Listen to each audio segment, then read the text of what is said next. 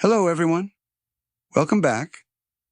Out here in the Pacific Northwest, the small towns feel like they're folded into the landscape itself, tucked between ridgelines, pressed against the tree line, held together by a single main street, and the belief that everyone knows everyone.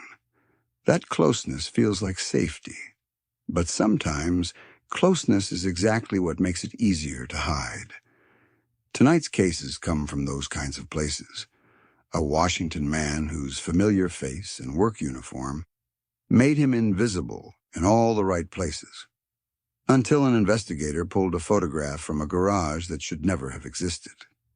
An Oregon woman who studied her way into the perfect crime, methodical, patient, and completely invisible to everyone around her, until the morning a stranger took 2 capsules from a bottle that was never meant for her, and a married couple who drifted through the rural corridor between Oregon and Washington in a rusted van, looking like any 2 people who'd chosen a quieter life, until investigators started mapping the towns they'd passed through and noticed what they left behind. Before the stories start, tell us in the comments where you're listening from and which of tonight's locations you'd be least likely to stop your car in at night. Also, YouTube tells me only about 4% of the people watching right now are actually subscribed. If you're in that other 96%, please hit subscribe. It's free, it helps more than you think, and it keeps this channel digging up the stories that were never meant to surface. Now, turn down the lights. Let's head in. Story 1. The night I found the photograph, I sat in my car for 40 minutes before I could make myself drive home. I've spent 31 years in law enforcement. I've seen car accident scenes that aged me a decade in a single afternoon. I've knocked on doors to deliver news that breaks a family in 2. I've sat across from men who looked like your kid's football coach and listened to them describe things I'd spend the rest of my life trying to forget. None of that prepared me for what I found inside that garage in the autumn of 1994. I think about it differently now than I did then. Back then, I thought I was looking for a killer.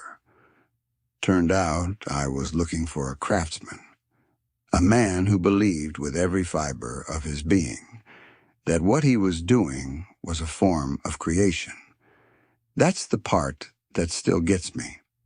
Let me take you back to the beginning. It started the way a lot of things do in small towns, with a woman who didn't come home. Cedar Hollow sits in the foothills of southwestern Washington, about 90 minutes from Seattle if you're pushing it.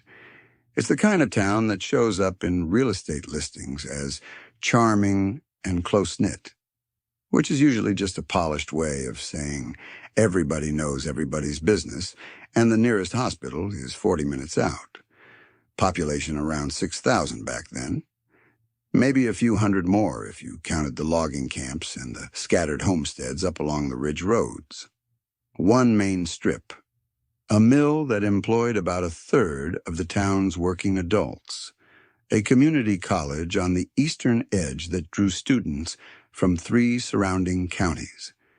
It was the kind of place where people felt safe, where women left their cars unlocked in the college parking lot, where nobody thought twice about talking to a stranger in coveralls because strangers in coveralls were just part of the scenery.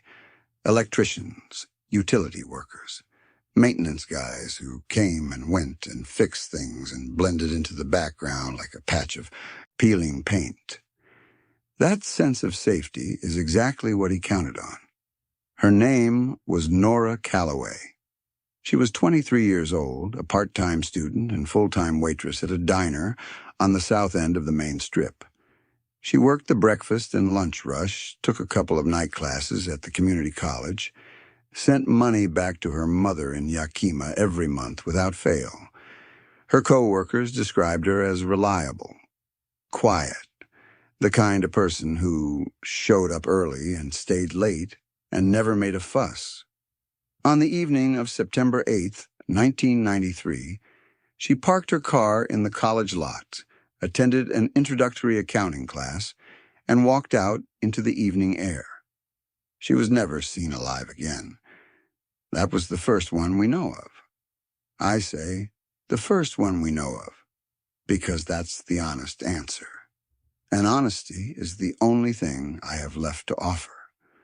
By the time we understood what we were dealing with, we had 4 names on a board, and the real number was probably higher. That possibility, that there were women we never found, women whose families never got an answer. That's the thing that follows me into the dark. I was a detective with the Cedar Hollow Sheriff's Department when Nora was reported missing. In those early days, missing adult women are a complicated category. Some leave voluntarily. Some are hiding from situations too complicated or too dangerous to explain quickly. You follow procedure, you make inquiries, you check in with shelters and hospitals and neighboring counties. You wait for something to surface. We made inquiries, we checked, we waited. Nothing surfaced. By December of that year, we had 3 missing persons reports on the board. All women. All between the ages of 19 and 26. All had last been seen in the vicinity of the community college or the 2 parking structures in that part of town. Nora Calloway, 23. Greta Sandoval, 20, a second-year nursing student. Ivy Daly, 24, who worked at the county assessor's office and had parked her car in the college overflow lot after attending a public lecture on water rights. None of them showed any sign of distress in the days before the disappearance. No domestic trouble, no financial crisis, no indication they were planning to leave. Greta's backpack was still in her car. Ivy's purse was on the passenger seat, with her wallet inside. They didn't leave. They were taken. The break we needed came from the most ordinary possible source. A photograph that ended up in the wrong hands. A woman named Kayla Brenneman, no relation to the other family, just an unfortunate coincidence of surnames, worked at a 1-hour photo lab in the strip mall on the county road outside Cedar Hollow. This was 1994, before digital, when people still brought rolls of film in little yellow canisters and waited for prints. Kayla processed hundreds of rolls a week. Vacation photos, birthday parties, school events, most of it was forgettable. She told me later that processing film was so routine she barely looked at individual prints anymore. She just checked that the exposure was right and bagged them up. But one Tuesday in March of 1994, she processed a roll that made her stop. She called the department from the payphone outside the lab. She wouldn't say what was in the photos over the phone, just told the dispatcher that someone needed to come right now, and that she hadn't touched anything after the first print came through. I responded to that call myself. The photographs were on the counter in a plastic developing tray, still slightly damp from the chemical bath.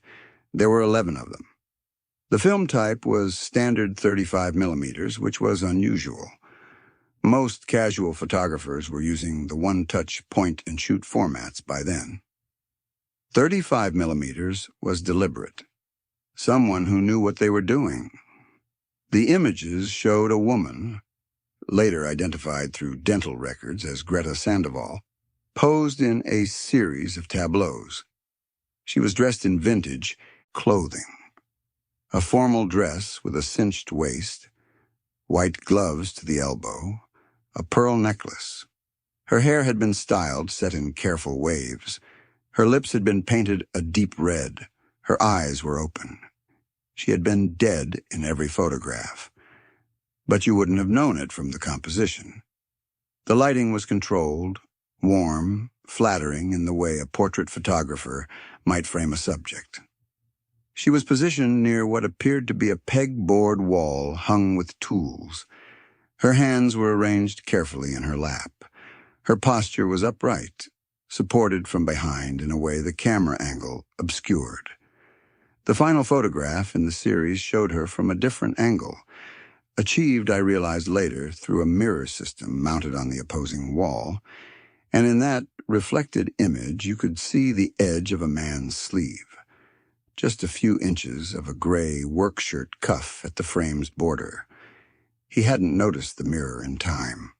On the back of the third print, written in small, neat block letters, Fall Study, Subject 2.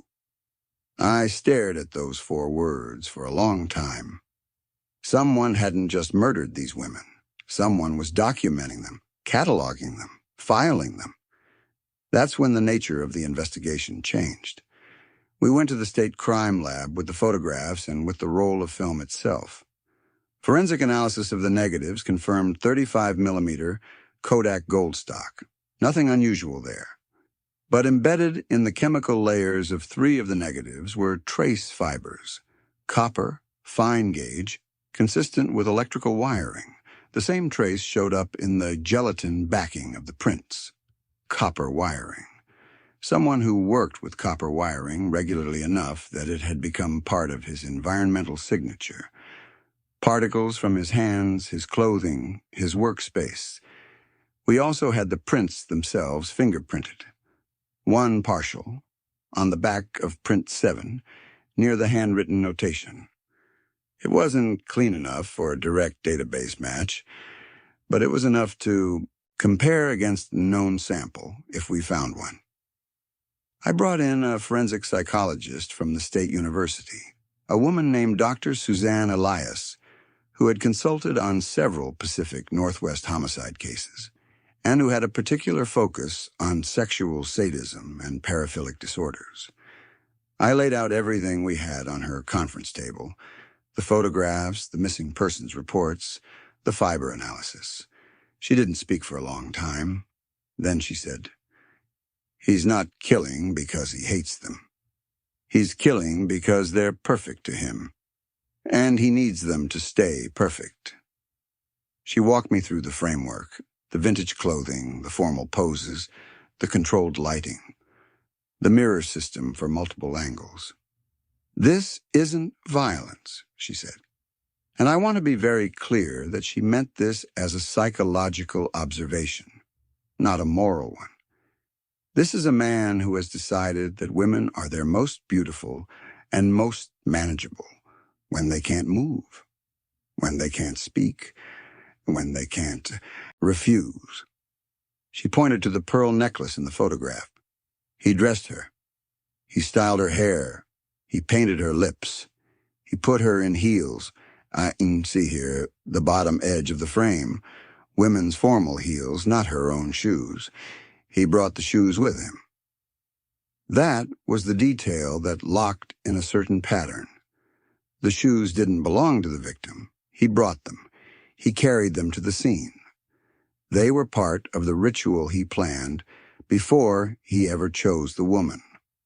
A man who arrives with shoes that don't belong to anyone yet is a man who thinks of his victims as interchangeable components, as materials to be used in a construction.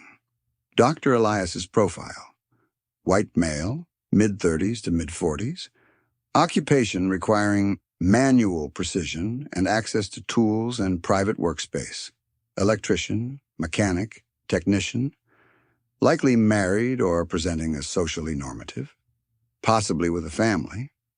The presentation of normalcy was not just incidental, it was functional armor. He'd chosen cedar, hollow precisely, because a maintenance or trades worker moving through the community college campus was invisible. "He's not an outlier in your community," she told me. "He's embedded in it. He probably fixes people's lights." I took that back to my department, and we started quietly cross-referencing. We pulled the service logs for the community college, the county office building, where Ivy Daly worked, and the 6 businesses within 3 blocks of the overflow parking lot. We were looking for a single name that showed up in more than one location in the 2 months before each disappearance.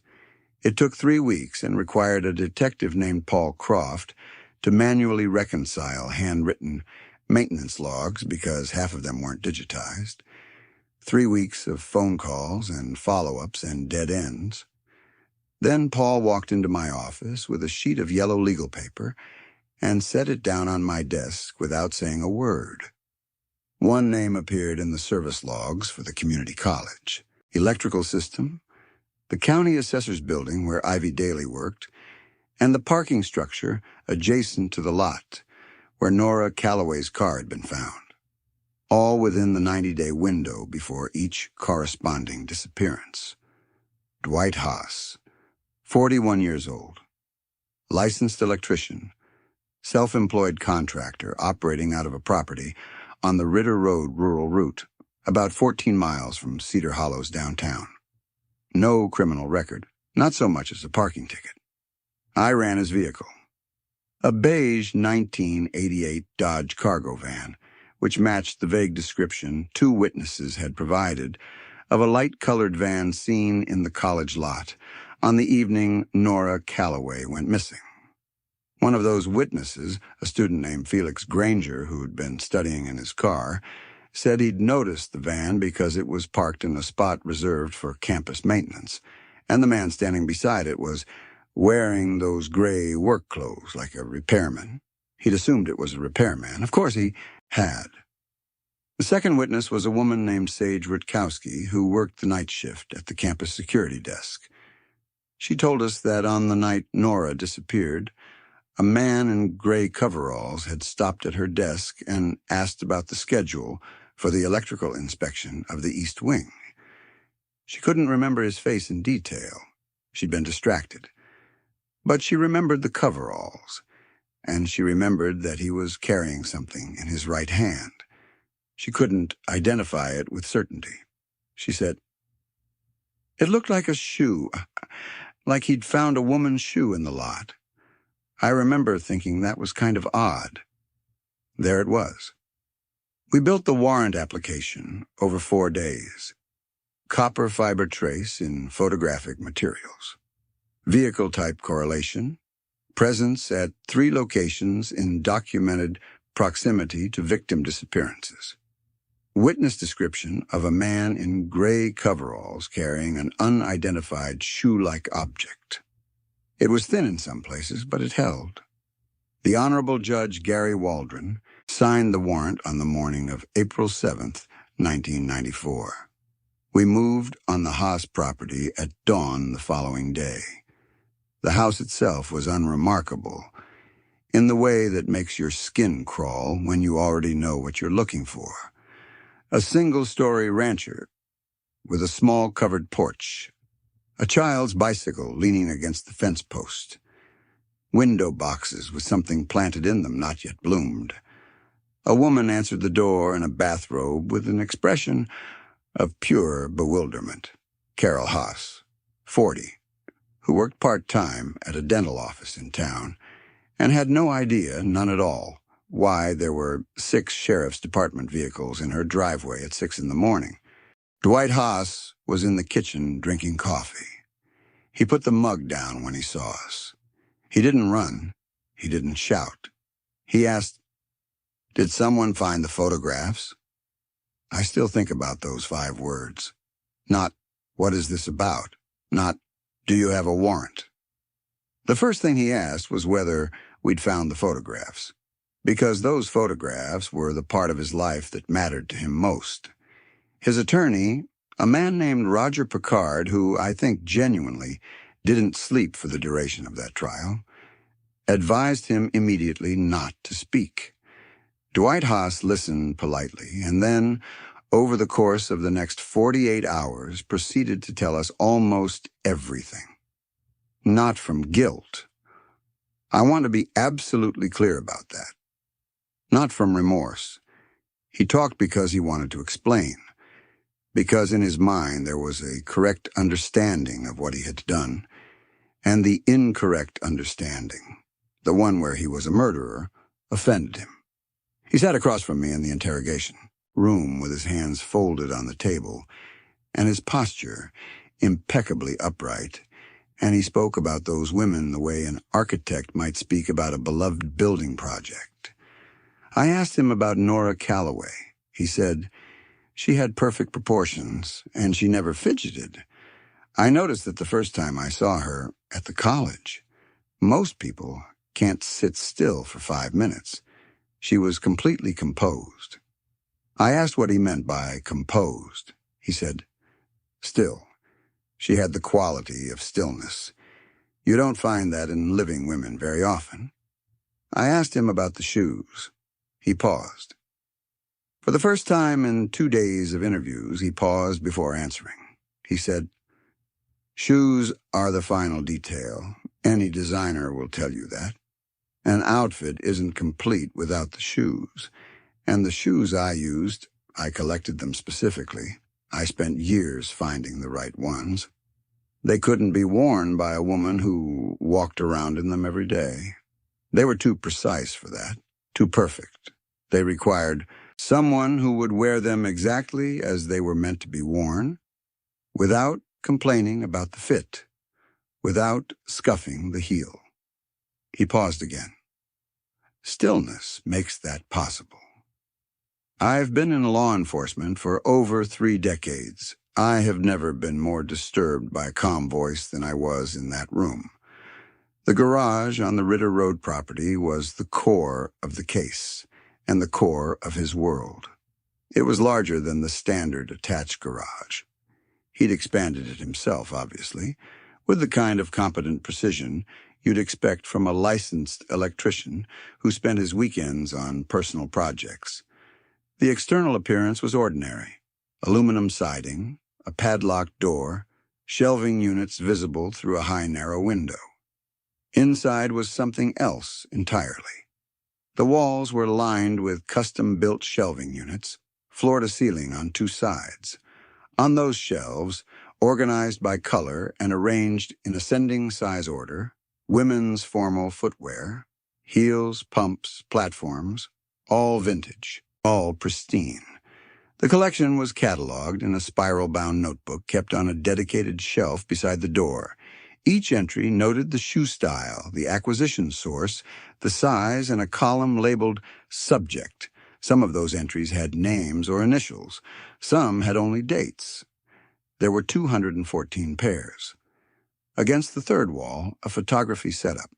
Studio-grade floodlights on adjustable stands, a backdrop of dark gray canvas, a central point, a reinforced bracket mounted to the ceiling beam, from which a person could be suspended upright, position held in place, and mounted opposite this arrangement, angled to capture the subject from 3 separate perspectives simultaneously, was a mirror system. 3 large panels joined at hinges, custom-built to allow fine adjustment of the reflection angle. He had built a photography studio specifically designed for subjects who could not hold a pose on their own.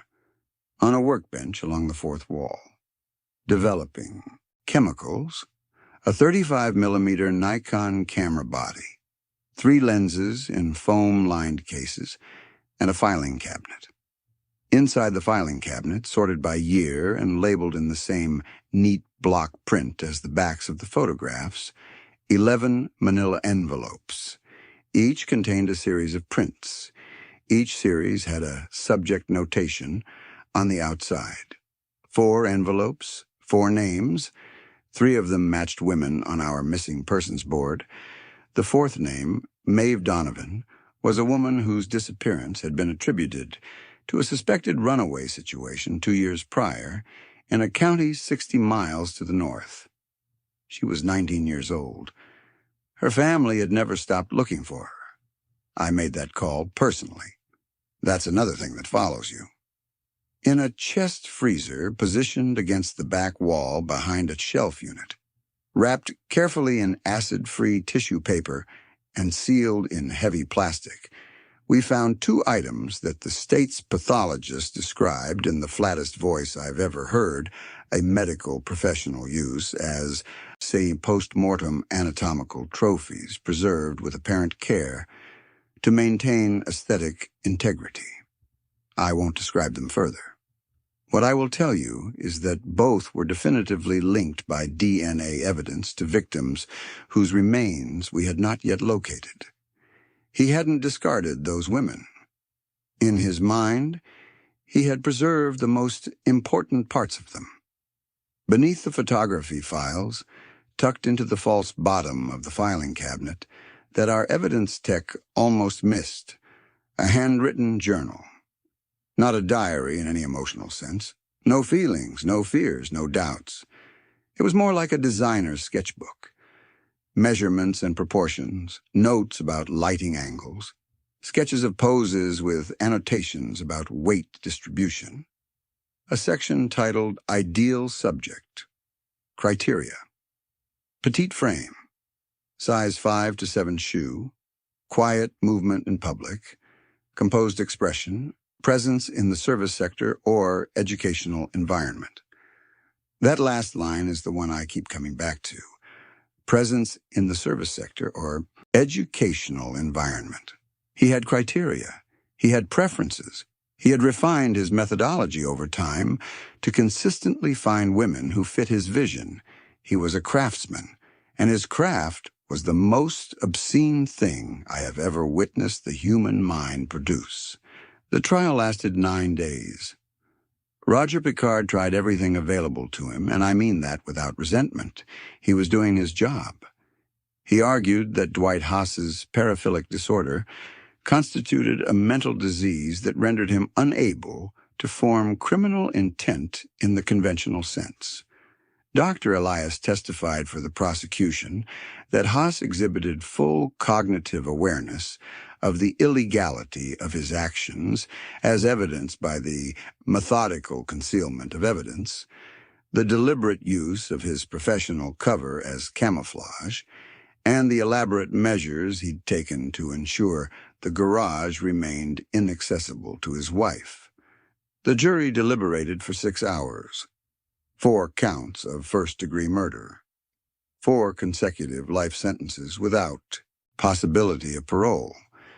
Carol Haas sold the property and moved out of state within 3 months of sentencing. Their daughter, she was 8 years old at the time of the arrest. I've thought about her often over the years. She grew up without the father she knew, and carrying the weight of the father she didn't. I hope she found something solid to stand on. I genuinely do. Dwight Haas spent the next 22 years at the Washington State Penitentiary. He died in June 2016 from a stroke at the age of 63. According to the corrections officer who was on duty that night, his last coherent request, the day before the fatal event, was to be told whether his photographs had been preserved by the state as evidence. He wanted to know if the documentation of his work still existed. He died without that answer. I made sure of it. In 2011, a cold case team working in a neighboring county reopened a missing persons file from 1991. A 21-year-old woman named Summer Alcott, who had vanished from a campus parking lot in what investigators at the time suspected was a voluntary departure. A partial skeletal remain found during a highway expansion project was submitted for DNA comparison. The match was confirmed 8 months later. Her shoe size was 6, narrow heel. Her name went on the board, the 6th. I retired in 2018. People ask me sometimes what the hardest part was, and they usually expect me to say the crime scene, the garage, the things I saw in that filing cabinet. Those things were hard. I won't pretend otherwise. But the hardest part was the duality. 14 miles from that garage, Carol Haas was reading to her daughter at bedtime, while Dwight was in the backyard walking to the padlocked door of his workshop. 14 miles from that garage, he was showing up to electrical jobs at people's homes, crawling into their attic spaces, working in their basements, chatting with the homeowners about the weather and the Seahawks and the best fishing. Spots on the ridge. The neighbors gave us statements about him. Quiet, professional, always had a kind word for the kids. Fixed old Mrs. Grange's porch light for free one winter when she was sick. Monsters don't announce themselves. That's the whole of it. That's everything. They wave at you in the grocery store. They compliment your child's jacket. They hand you a business card and tell you they do good work and they're always available for emergency calls. And then they go home and they close the garage door. And they become something that the part of your brain responsible for recognizing danger was never designed to identify. Because your brain expects the warning signs to be visible. It expects the monster to look like the thing it is. But normalcy was his most sophisticated tool. More sophisticated than the mirror system. More sophisticated than the coveralls and the utility van. The appearance of an ordinary life was the mechanism that gave him time. 18 months from the first disappearance to the photographs surfacing at that photo lab. 18 months of a family eating dinner together while the chest freezer in the garage held things that should never have existed. That's the horror that doesn't fade. Not the garage. The kitchen light on in the window. The bicycle against the fence post. The window boxes with something waiting to bloom. And behind the padlocked door, 14 feet from the family home, a man who looked at a living woman and saw raw material. Who looked at a posed, still, dressed, and finished composition, and saw a masterpiece. I don't have a clean ending for this. I'm sorry if you came here looking for one. The family's got their answers, more or less. The courts did their work. The man died in a facility rather than in freedom. Those things matter. But the sixth name on the board, the families in neighboring counties we might not know about yet, the 18 months, the ordinary life that served as cover for an abomination. Those are the open questions that don't close. I still dream about the garage sometimes, about the shoes in their careful rows, about the controlled studio light and the mirror system and the silence of that space, a silence that felt designed, built by a man who needed the world to be perfectly, permanently still. I wake up and the light is gray and the house is quiet, and for a few seconds I'm back in that garage, standing in front of those mirrors. And I understand something I don't want to understand. He built that space to make the world match the way he saw it. The terrifying part isn't that he was wrong. The terrifying part is how long the world let him be right. Story 2. There's a kind of calm that certain people carry into a room.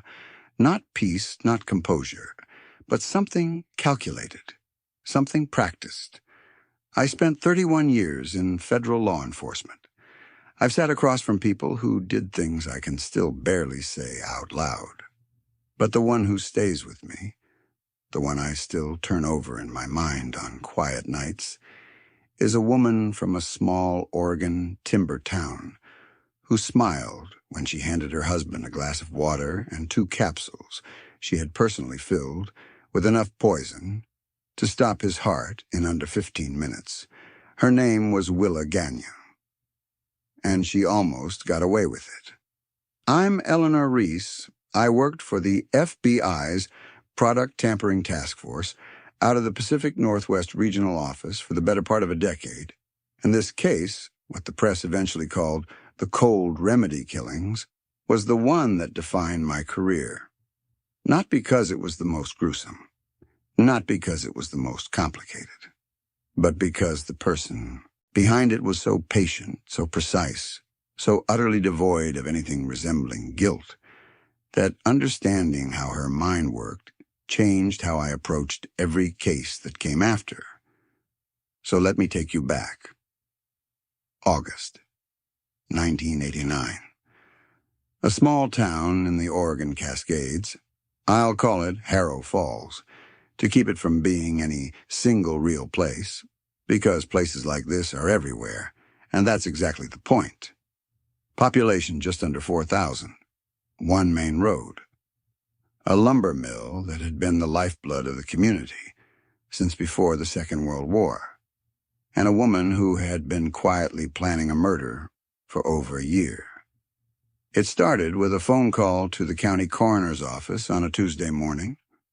A man named Callum Falk, 53 years old, foreman at the Harrow Falls Mill, had died at home. His wife, Willa, 47, had dialed emergency services at 7:42 in the morning to report that he'd collapsed in the kitchen. Paramedics arrived to find him on the floor near the breakfast table. He was pronounced dead at the hospital at 8:19 a.m. The attending physician, Dr. Rhett Holm, initially put it down to cardiac arrest. Callum had high blood pressure, smoked a pack a day, had worked decades in a physically demanding job. On paper, a man his age and health profile, dying of a sudden heart event, wasn't unusual. It was sad, but it wasn't strange. Except that the assistant medical examiner, Dr. Celeste Ibarra, noticed something during the preliminary examination that stopped her cold. A faint smell, faint enough that a less experienced ME might have missed it entirely. She described it in her notes as a bitter almond odor with a metallic edge. She ordered a full toxicology panel. I didn't get the call until August 13th, the day after Callum died. Celeste phoned our regional office and said 3 words I can still hear clearly. I think it's cyanide. I drove to Harrow Falls that afternoon. The toxicology results came back on August 14th. Lethal. Concentration of potassium cyanide. Over 3 milligrams per liter in Callum's blood. Time of death consistent with rapid cellular hypoxia. His heart and brain had been starved of oxygen so quickly that he would have had no more than a few minutes of awareness before losing consciousness entirely. And the source? 2 capsules from a bottle of pain medication, a generic extra-strength product that his wife said she'd given him that morning for a migraine. We tested the remaining capsules in the bottle. Of the 40 that remained, 6 had been tampered with. Each one had been opened, partially emptied, refilled with a mixture of cyanide and the original powder, and carefully resealed. The contamination was hand-done, not industrial. Forensic lab in Portland confirmed that within 48 hours. My first question, always my first question, was whether this was random or targeted. Because there's a difference between a deranged person contaminating store shelves and a spouse who kills with precision. The investigation had to treat both possibilities simultaneously. But I'll tell you what I noticed on August 16th, when I sat down with Willa Gagnon for the first time. She came in dressed in black. She sat down, placed her tissues on the table, and looked at me with the kind of steady eye contact that most genuinely bereaved people can't maintain. She answered every question I asked her, with a precision that felt rehearsed. Not wrong exactly, not suspicious on the surface, just polished. The way an actor delivers a monologue they've done hundreds of times. The words are right, the timing is right, but the feeling underneath them is hollow. She told me she purchased the medication from the local pharmacy about 10 days before Callum died. She described giving him the capsules that morning matter-of-factly, as though she were recounting picking up dry cleaning. When I asked her if she'd noticed anything unusual about the bottle, a broken seal, a different smell, anything, she said no. There was one moment that caught me. I asked her if either she or Callum had taken any capsules from that bottle before August 12th. She paused. Just half a second, maybe less.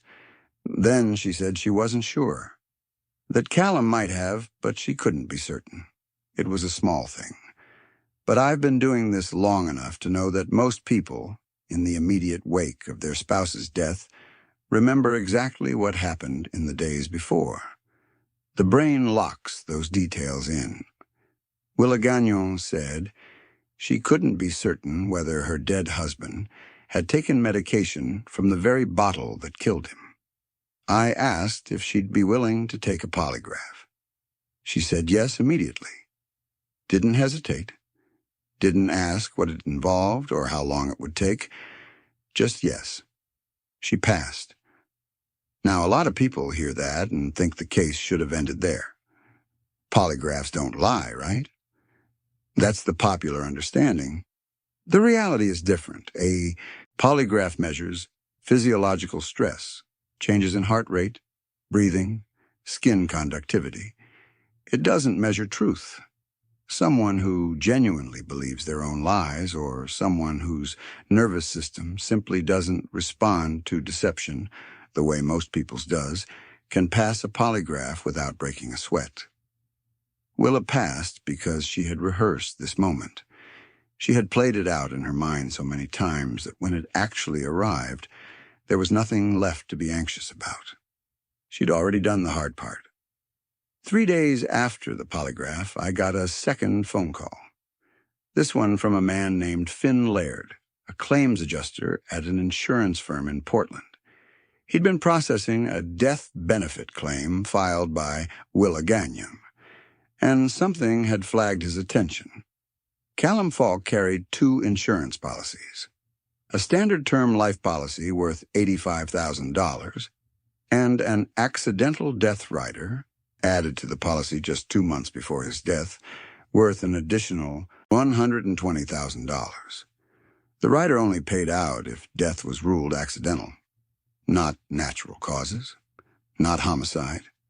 Accidental. Willa had filed claims on both policies on August 14th, less than 48 hours after Callum died, before the toxicology results had even come back. When Finn had contacted her to clarify that a poisoning death wouldn't qualify as accidental under standard policy terms, she'd pushed back immediately, called him 3 times in 2 days. She argued that if Callum had ingested contaminated medication without knowing it was contaminated, then his death was accidental. He hadn't intended to poison himself. She'd read every clause of that rider. She knew its language better than most attorneys would. We pulled the original policy files. The accidental death rider had been signed in June 1989, 2 months before Callum's death. A handwriting analyst reviewed the signature against Callum's known samples and noted inconsistencies in letter, pressure, and slant. The signature looked like it might have been traced or forged with careful attention. I wrote in my notes that night, "Follow the money. It's the oldest rule in this work, and it's still true." Willa stood to collect $205,000 if Callum's death was ruled accidental. She'd added that rider 2 months before she killed him. That wasn't coincidence. That was a timeline. Then came September 4th, and everything changed. Autumn Padilla was 37 years old, dental hygienist, divorced mother of 2 daughters, the older one 16. She lived 12 miles from Harrow Falls in a nearby township. She had never met Willa Gagnon. She had never met Callum Falk. She was a completely unconnected stranger. That morning, Autumn had woken up with bad cramps. She sent her daughter, Haley, to the corner drugstore to pick up some pain medication. Haley came home with a bottle of the same generic, extra-strength product that had killed Callum Falk. Autumn took 2 capsules at 9:20 a.m. Haley found her collapsed in the bathroom 15 minutes later. Autumn Padilla was pronounced dead at 10:02 a.m. When the toxicology results came back, cyanide again, I sat in my car outside the medical examiner's office and stayed there for a while. Because in that moment, I understood what Willa had done, and it was worse than I'd originally thought. Autumn Padilla hadn't died because she was targeted. She died because she was random. She died because Willa needed a pattern. Think about the Tylenol murders. 1982, Chicago. 7 people die from cyanide-laced capsules. pulled from store shelves. Random victims, no apparent connection. The killer never identified. It became the template for product tampering as the perfect cover for a targeted murder. If you poison your spouse's medication, you're a suspect. But if multiple unconnected people die from contaminated products across a region, suddenly you're a victim too. You're a grieving widow who just happened to have the same bad luck as the stranger across town. Willa Gagnon had studied that case. I didn't know that yet on September 4th, but I would. Within hours of confirming Autumn's cause of death, we activated a full product tampering task force under federal jurisdiction. The FDA and Oregon State Police joined our team.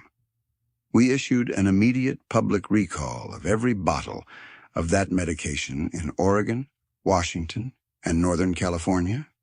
Teams screened over 18,000 bottles across 3 states. We found 5 contaminated bottles in total. Bottle 1, the Falk residence, source of Callum's death. Bottle 2, the drugstore where Haley had bought the medication, source of Autumn's death. Bottle 3, returned by a customer in Harrow Falls, unopened, 3 contaminated capsules. Bottle 4, found on the shelf of the local pharmacy, unopened, 2 contaminated capsules. Bottle 5, submitted voluntarily by Willa Gagnon on September 7th. She called our field office and said she'd found it in her medicine cabinet, that she was worried it might be contaminated given everything that had happened. 5 bottles out of 18,000 screened, and Willa Gagnon had personal access to 2 of them. I brought in a statistician from the University of Oregon, a man named Lars Caulfield, to calculate the probability of that happening by chance. He came back with a number so small it was essentially 0.0001%. One person randomly possessing 2 contaminated bottles, purchased at different locations, on different dates, out of the entire regional distribution. It wasn't chance. It was planning. I requested a search warrant for the Gagnon residence, signed and in hand by September 18th. What we found in that house told the whole story. In the living room, a large freshwater aquarium. Tropical fish, fully stocked, well-maintained. Under the stand, a half-empty bottle of aquarium algicide, a product used to control algae growth in home tanks. In the garage, on a wooden workbench, a mortar and pestle. White crystalline residue, tested positive for cyanide on the spot. Green particulate matter mixed in. That green particulate matter. That was the piece that connected everything. Our forensic chemist, Noel Hale, had been running microscopic analysis on the cyanide residue from all 5 contaminated bottles. She'd noticed something in the samples that didn't match the standard profile. Tiny green particles mixed in with the white powder. She identified them as a specific compound found in the aquarium algicide brand, sitting under Willa Gagnon's fish tank. Willa had crushed and mixed the cyanide in the same mortar and pestle she used for her aquarium treatments. The cross-contamination was an accident. She hadn't noticed it or hadn't thought it mattered. But it created a forensic signature that linked every single contaminated bottle back to her kitchen. In the bedroom nightstand, we found handwritten notes, insurance policy language, certain clauses underlined, passages about how accidental death was defined. She'd been studying her own policy like a legal brief. In the garbage, pulled from the curb the morning before scheduled pickup, 3 empty bottles of the same medication, unused gelatin capsules, size 0, matching the capsules used in the product, latex gloves. She had assembled the crime scene in her own home and then casually left the components in the trash. But it was what happened on September 9th that I believe sealed her fate more than the physical evidence. 2 days after Autumn Padilla's death, Willa called our FBI tip line, left a message asking to speak with whoever was leading the investigation. When I called her back, she said she'd been thinking about Callum's death, that the doctors had originally suggested it might be his heart. But now, given the news about the other victim, she was wondering, could Callum have been poisoned too, like that woman? She wanted us to reclassify Callum's death as product tampering. We had already confirmed it was cyanide poisoning. We had told her that on August 14th. She knew. She wasn't calling us because she'd learned something new. She was calling because she needed the insurance company to see the FBI publicly link Callum's death to Autumn's. If both deaths were part of a regional product tampering event, then Callum's death was accidental, not targeted, not a homicide, and that accidental death rider would have to pay out. I kept my voice as neutral as I could during that call, but I remember exactly what I wrote in my journal that night. Guilty people insert themselves into investigations for 2 reasons: to find out how much you know, and to push the story in the direction they need it to go. Willa Gagnon did both with a single phone call. On September 20th, following a tip from a former co-worker of Willa's, I subpoenaed the records of the Harrow Falls Public Library. Between January of 1988 and July of 1989, Willa had checked out 3 books. None had been returned. The first was a writer's Guide to Poisons. The second was a textbook on forensic toxicology. The third was a clinical reference on cyanide poisoning. The library had sent her overdue notices. She'd ignored all of them. I drove to the library and spoke with the reference librarian, a woman named Carolyn Eaton, who had been there 22 years and remembered Willa clearly. She told me Willa had come in every few weeks for a period of about 6 months. She always went straight to the medical and true crime sections. Carolyn had asked her once, just making conversation, if she was writing a book. Willa had smiled and said something like that. Carolyn said she hadn't thought much of it at the time. People checked out strange things all the time. But the way she described Willa, focused, purposeful, like she was preparing for an exam, stuck in my mind for years afterward. This wasn't impulsive. This was a woman who had sat in a public library, checked out books on how cyanide kills and how it's detected, studied the science of poisoning for months, and then executed a plan she had been building in her head long before she ever walked into a pharmacy. 3 weeks after Willa's arrest, I received a call from a woman named Paige Earnshaw. She was 28 years old, Willa's daughter from her first marriage to a man named Boyd Salgado. She'd seen news coverage of the arrest and wanted to talk. Paige's account was devastating. She told me that Willa had talked openly about wanting to get rid of Callum for years. That at first Paige had assumed it was venting, the kind of dark humor that surfaces in bad marriages. But around 1987, it shifted.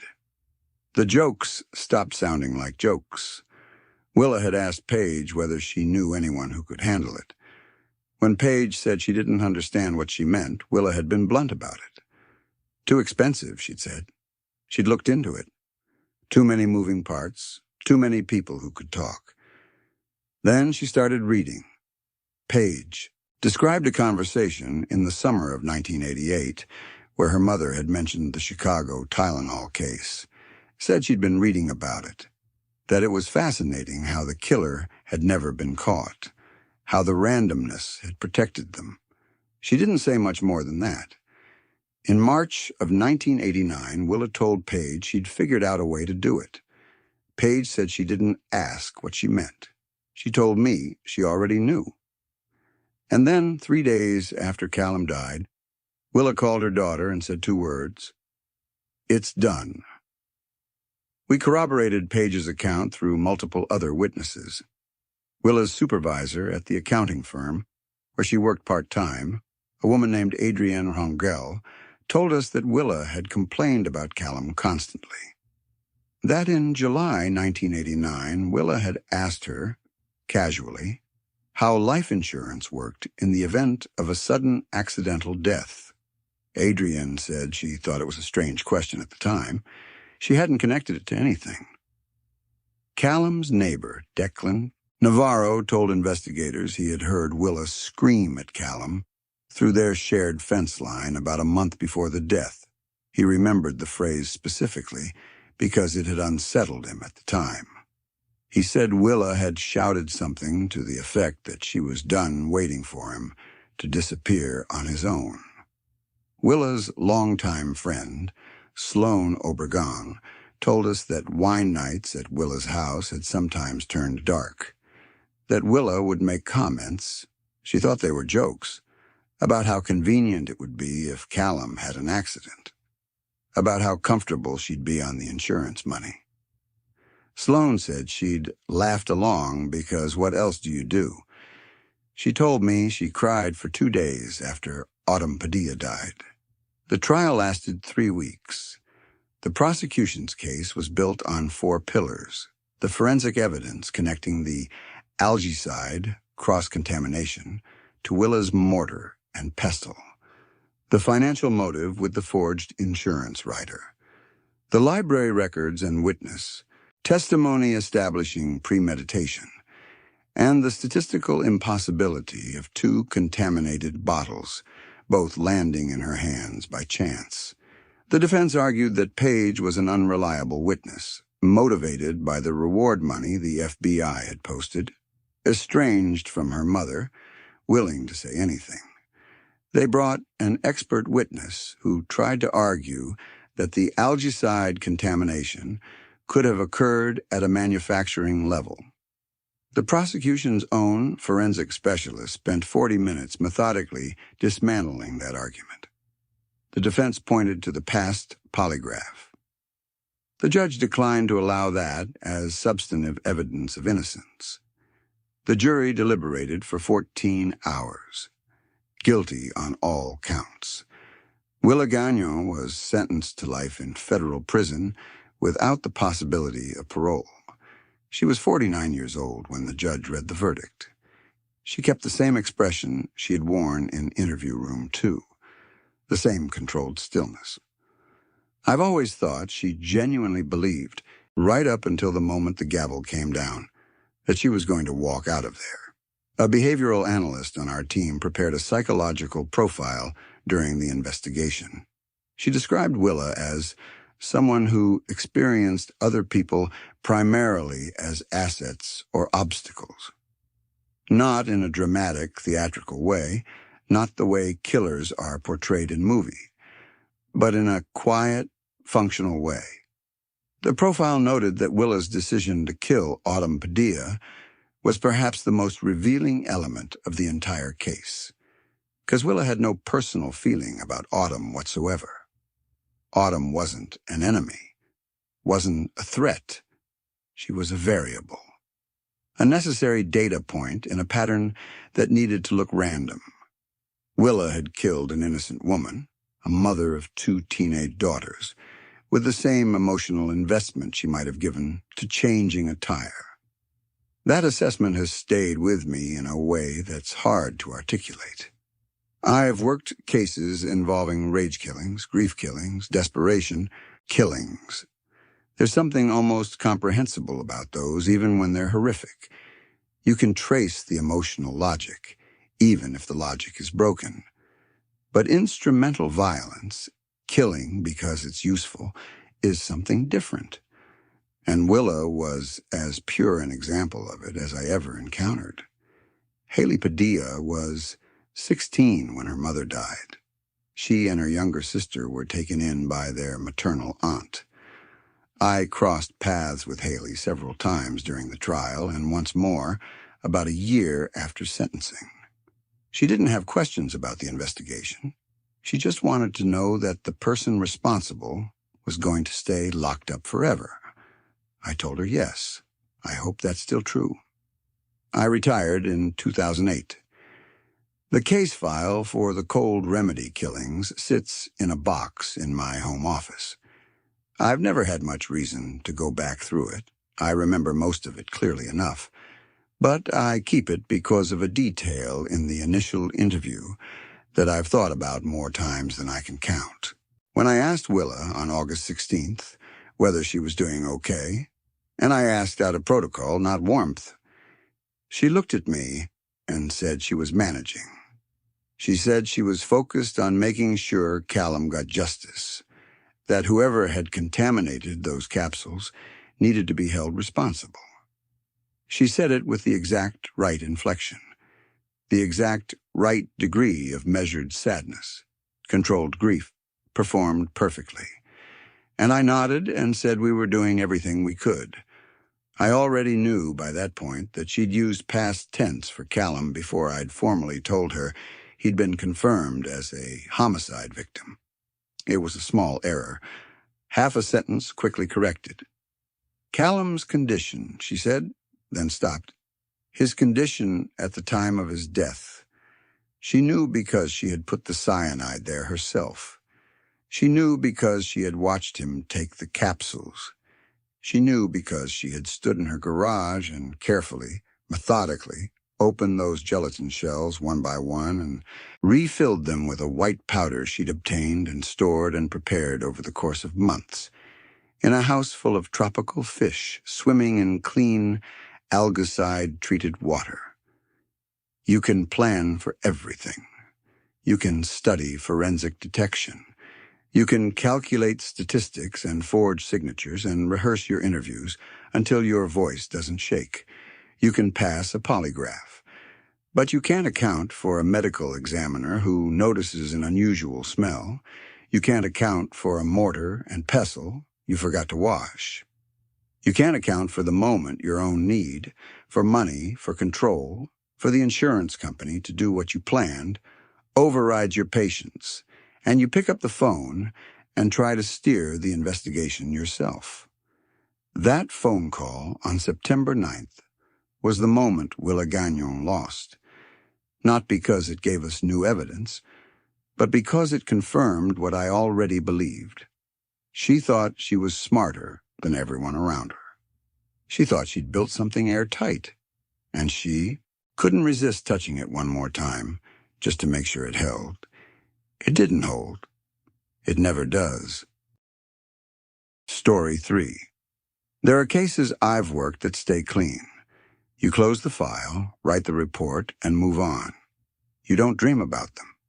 You don't find yourself sitting in your parked car on a Tuesday evening, staring at the dashboard with the engine off, trying to remember exactly what a man's eyes looked like when he smiled at you across a metal table. Most cases close, and you let them close. This one didn't close. Not really. My name doesn't matter for the purposes of this. What matters is that I spent just under 11 years working cold case and unusual crimes for the State Bureau of Investigation. And in that time, I saw things that gave me thick skin, things that should have made me numb. But there is a particular kind of case, and I've only encountered it twice in my career, where the crime itself isn't the worst part. The worst part is what the case does to the person investigating it. What it plants inside you, like a splinter buried too deep to pull out. This is one of those. It started for me in the spring of 2001.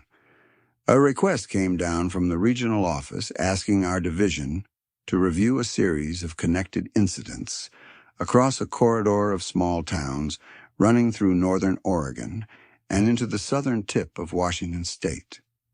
3 deaths. 3.5 years of ghost-like movement across the Pacific Northwest. 2 suspects already in custody, already charged, already on their way to sentencing. On paper, it looked like a done deal. They just wanted fresh eyes to compile a cohesive case narrative before the trial. I drove out to a town called Dalles Creek, population around 800, tucked into a valley between two ridgelines with a diner on the main street and a grain supply store that doubled as the local post office. The kind of place where the same family had run the only gas station for 3 generations. The kind of place where people still left their front doors unlocked in summer. I checked into the motel off the county road, spread the file across the bed, and started reading. By midnight, I had not slept. By 3 in the morning, I had stopped trying. The file opened with a woman named Colette Johansson, 24 years old. She'd been living in a rented house on the edge of a logging community called Briar Falls, a town even smaller than Dalles Creek, maybe 400 people, perched on the Oregon coast where the highway curved inland. Colette was a graduate student doing remote research on forest ecology. She was renting a room from a local family, quiet, kept to herself, paid her rent on time, occasionally helped her landlady carry groceries in from the car. She was found in that rented room on the 14th of November, 1998. The door was unlocked. The windows were closed. There was no sign of forced entry, no sign of a struggle. That's the part that kept me up. There was no sign of a struggle because Colette hadn't fought back. She hadn't fought back because best the medical examiner could determine she hadn't been awake when it happened. A single, precise blow to the back of the skull. A geological rock hammer, they determined later, the kind hikers and field researchers carry to chip samples. The blow had been delivered with what the examiner called unusual deliberateness. Not frenzied, not rageful, controlled. She was lying on her back on the bed. Her hands were folded across her chest. Her face was turned slightly toward the window. It looked, he wrote in his report, like someone had arranged her. But that still wasn't the worst part. The worst part was the room. I've seen staged crime scenes before. I've seen trophies taken. I've seen messages left by killers who wanted an audience. What I found in Colette's room was something different. Every clock in the room, her travel alarm, a small battery clock on the dresser, the clock function on her portable radio, had been disassembled. Not smashed. Disassembled. The gears and components were sorted and stacked in small, neat piles on the windowsill, like someone was about to use them for a craft project. Every reflective surface had been covered. A towel over the bathroom mirror, a piece of dark construction paper, cut to size and taped over the small framed mirror above the dresser. And on the inside of the bedroom door, written in a clean, almost architectural cursive on a strip of notebook paper, was this: "The interference has been corrected. The signal is restored." I sat with that line for a long time. I'm telling you, a long time. The local sheriff had processed the scene with professional competence, but the note had been flagged as likely belonging to a disturbed individual, without further elaboration. It was treated as the work of someone having a mental health crisis, a domestic dispute, a random intrusion by someone unwell. Except Colette had a roommate at the time.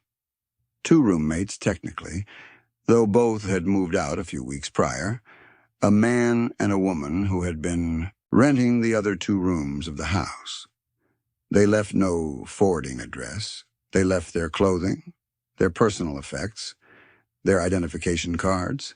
They left everything except a set of hand-bound journals and a geological rock hammer that was no longer in the house when the sheriff's deputies arrived. Their names, when I finally pieced them together from the landlady's records and a fragment of a lease agreement, were given as Warren Caldwell and June Caldwell, husband and wife, supposedly, age 34 and 31 respectively. They'd moved into Briar Falls in August of 1998 and lasted 3 months before vanishing on the same night Colette died. I want to be accurate here. I'm telling you what we found, and I'm telling you what I concluded And I'm telling you where those two things started to feel like the same thing and where they didn't. So let me tell you what I found out about Warren and June before I tell you what happened next. Through a combination of former acquaintances, a salvaged email account from a shared computer at a university library, and one extremely cooperative former friend who asked to remain anonymous, we were able to piece together who these two people were before they became Warren and June Caldwell, which was not, it turned out, their real names. The man had studied philosophy at a small liberal arts college in western Washington. High marks, described by professors as unsettlingly logical and resistant to the idea that conclusions require consensus.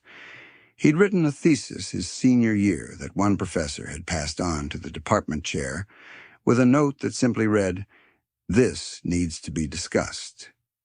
The thesis argued that certain human beings were, by measurable behavioral criteria, net negative contributors to collective consciousness, and that the ethical framework around removing them from society was culturally conditioned rather than inherently sound. He'd dropped out before completing a graduate program. That's when he met her. The woman had grown up in a small town in eastern Washington, the daughter of a contractor and a school teacher. Unremarkable childhood by all accounts. Quietly religious, then quietly not religious, then quietly something else entirely that didn't have a name yet. She had a history of what she described in one journal entry, one of the few we recovered, as sensory overload. Crowded places exhausted her. Certain people gave her headaches. She wrote about standing next to a neighbor at a block party and feeling, she said, like her ears were filling with wet sand. She met the man at a reading group in Portland in the mid-90s. He had a theory that explained everything she'd ever felt. He called it, in the recovered journals, frequency contamination. The idea was this, that certain individuals were, by no fault of their own, biological amplifiers of disorder. He called them entropy hosts.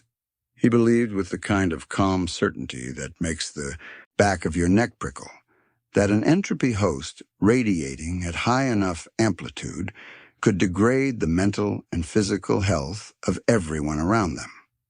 Like secondhand smoke, he wrote, but for reality itself. She believed she could sense them. She called it the hum. She wrote about it like other people write about a gift, with a mixture of gratitude and exhaustion. She said it felt like a radio tower going up in the room when an entropy host walked in. He was the theorist. She was the instrument. Together they were, in their own estimation, a maintenance crew. I want to pause here and say something.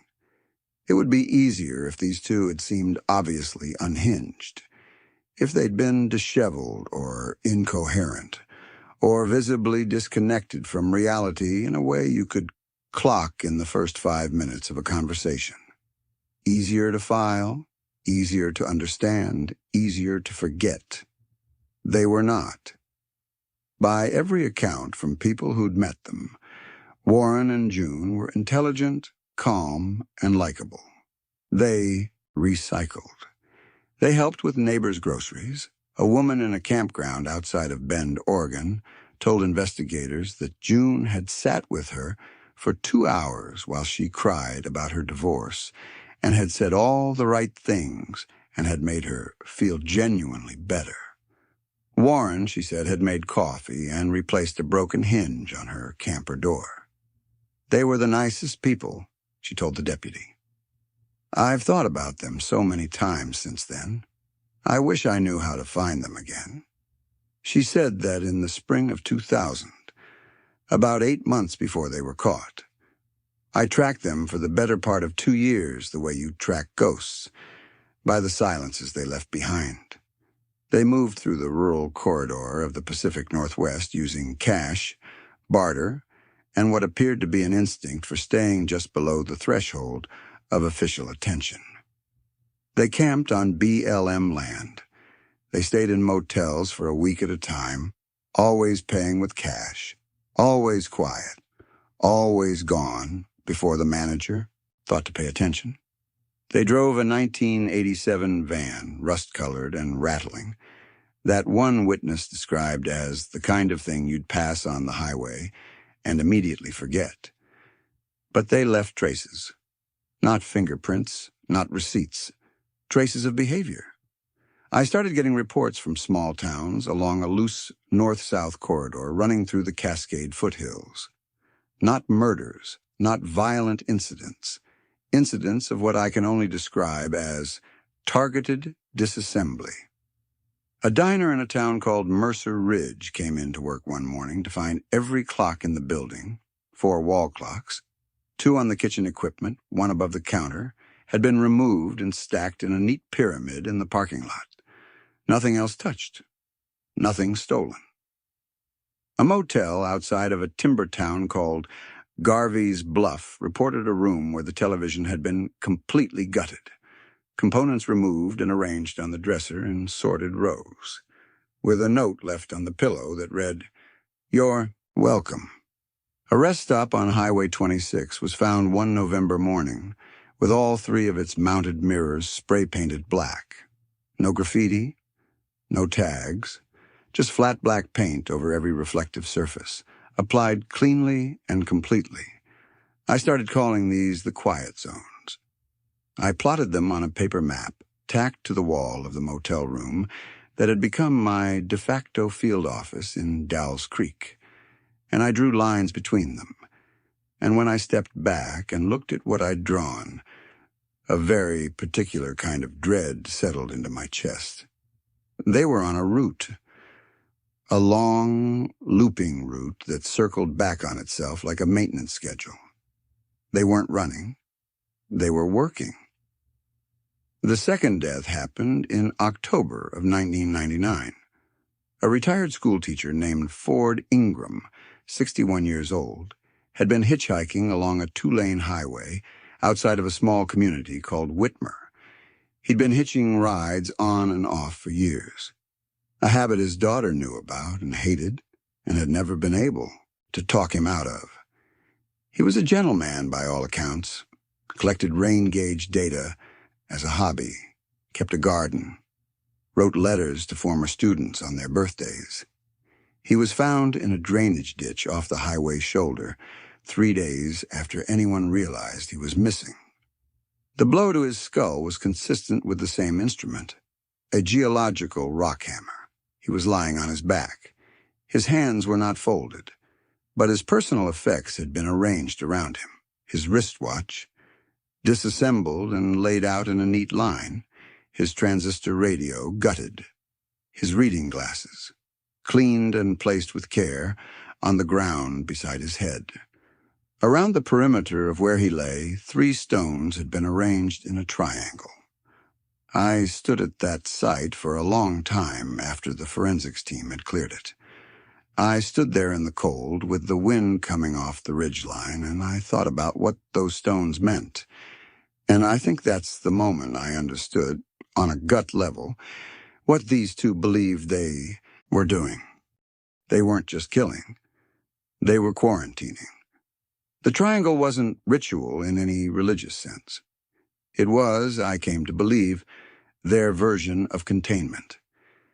They believed that if they left Ford Ingram's frequency, his interference, his static, to dissipate freely into the environment, it would contaminate the area.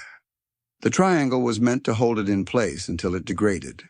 They were doing field maintenance on the universe, and they were being careful about it. That thought sat in my chest like a stone for the rest of the investigation. The third incident was the one that brought them in. On the afternoon of February the 3rd, 2001, a deputy named Grant Hollis pulled over a rust-colored 1987 van on a county road outside of a small town called Pine Wick in southern Washington. The taillight was broken. It was a routine stop. Grant had been working the area for 6 years. He knew everyone on that road, and he didn't know this van. I spoke to Grant's partner afterward, who'd Been a mile back when it happened. He described the radio call as normal. Plate check. No returns. Grant told dispatch he was approaching the vehicle. That was the last communication. When the partner arrived 4 minutes later, Grant was on the ground beside the road. The blow had been delivered from behind with precision, while Grant had his citation book out. He had been arranged, hands at his sides, face turned upward. Beside him, on the asphalt, 2 small stones had been placed on either side of his head. They hadn't had time for the third. The van was gone, but they didn't go far. A state patrol unit spotted the van parked on a pullout 9 miles up the road 20 minutes later. Warren and June were sitting on the hood, not hiding, not running, sitting on the hood looking up at the sky, sharing an apple. Warren was still holding the rock hammer. He had made no effort to clean or conceal it. When the unit surrounded the vehicle and gave verbal commands, Warren set the hammer down on the hood with the same careful deliberateness he'd apparently applied to everything else in his life. June finished her section of the apple. They lay down on the ground, side by side, and put their hands behind their backs. I drove up to the state detention facility 4 days later to conduct the first formal interview. I went in expecting a lot of things: deflection, hostility, elaborate justifications. What I got was Warren Caldwell, whatever his real name was, sitting across from me in a gray shirt, looking rested, looking well-nourished, looking for all the world like a man who had just completed a long hiking trip and was ready for a good meal and a decent night's sleep. He did not ask for a lawyer. He pulled something from the pocket of the gray shirt, which he should not have had access to, which I still have not figured out how he kept through intake, and he slid it across the table. It was a book, leather-bound, small, about the size and weight of a hardcover novel. "You'll want to go through this," he said. He had a quiet voice, the kind that doesn't need to be loud to fill a room. "It's the record. We called it the ledger. I've read a lot of documents in my career. I've read confessions that made me sick. I've read letters from killers to victims' families that I wish I could unread. The ledger was different. It was organized. It was clinical. It was, in its own internal logic, completely consistent. It listed every person they had encountered over the course of their years on the road, assessed by category. The categories were clear, low-level interference, moderate interference, critical failure. Clear meant the person was fine. They passed. Low-level and moderate meant they were noted and monitored.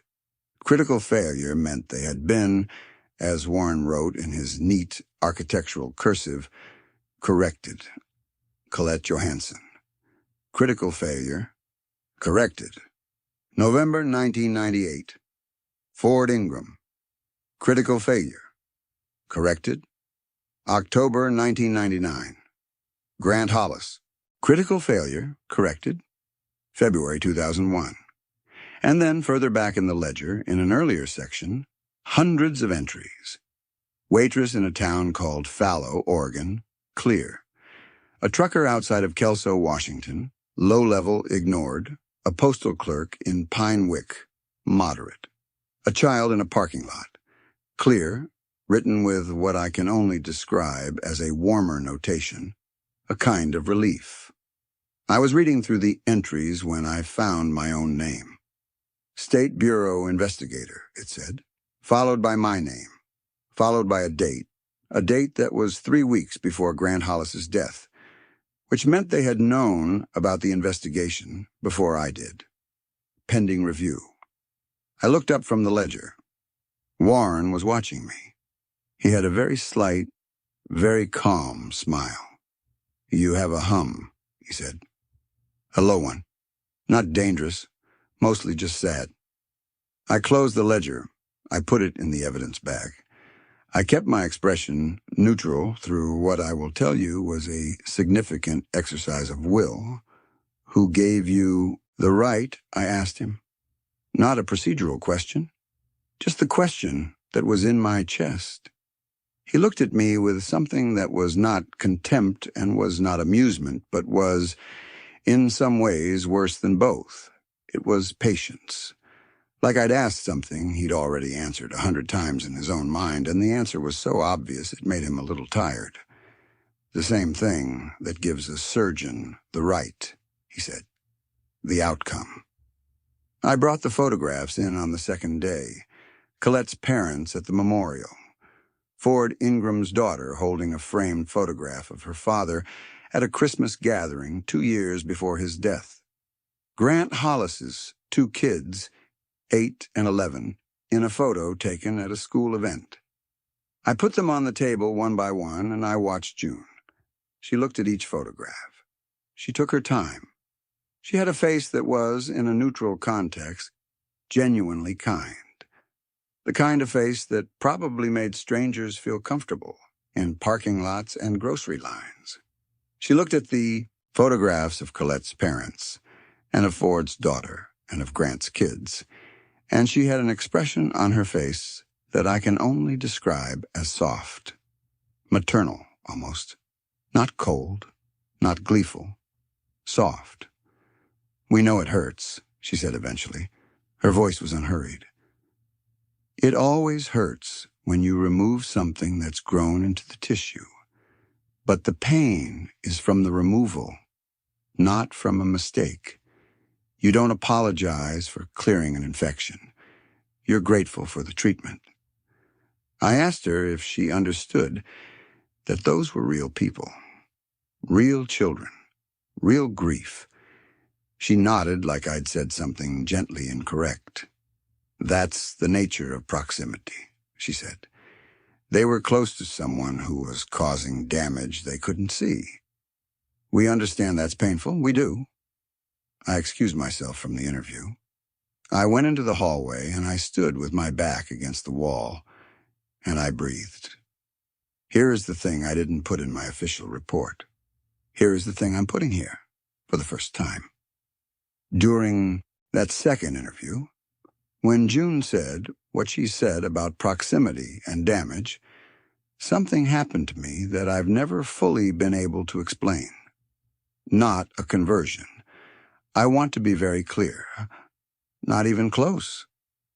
But for a fraction of a second, some cold and rational part of my brain ran the logic of what she'd said and found it internally consistent. And in that fraction of a second, I felt something that I can only describe as recognition. And that scared me more than the ledger. Both were convicted. Both received double life sentences. The sentencing judge, in a written statement that was unusual enough that it got regional press coverage, recommended permanent solitary confinement for both, not as additional punishment, but because of what he called, and I'm quoting directly here, the demonstrated capacity of both defendants to install a framework of reasoning in susceptible individuals during ordinary conversational contact. He was saying, informal judicial language, that they were contagious. I drove back through Dalles Creek on my last day in the field. I stopped at the diner on the main street. I sat at the counter and ordered coffee and a piece of pie from a woman named Opal Fagan, who'd been working that counter for going on 20 years and who talked about the weather and the upcoming county fair with the easy warmth of someone who'd never had to think about frequency contamination or entropy hosts or the precise placement of stones around a body in a drainage ditch. I sat there for a long time. On my way out, I noticed the clock above the diner counter, one of those old round ones with a plain white face and a black frame. I stood there looking at it for probably 15 seconds, which is a long time to stand staring at a clock in a diner when you're the only customer and the woman behind the counter is watching you. Then I put my hat on and I walked out. I went back to my room. I packed my bag. I loaded it into the car. I sat in the car in the parking lot with the engine off, and I thought about what Warren had said about my hum. Low, mostly sad, not dangerous. Yet, I've told this story only once before, to a colleague who left the bureau not long after. I don't know what made me want to tell it now. Maybe it's because I'm retired. Maybe it's because the distance has made it easier. Or maybe it's because I still think about the ledger, and I think about my name in it. And I think about the cold, rational part of my brain that found the logic internally consistent for one fraction of a second. And I have decided that the right thing to do with something like that is to say it out loud, because the alternative is to let it sit in the quiet of a house at the end of the day, when the refrigerator hums and the clock on the nightstand ticks, and to lie there in the dark and wonder, the way I still sometimes wonder, if I'm honest, whether there is a difference between the sound of an ordinary evening and something else, entirely, whether everyone can hear it or just some people, and what it means if you can.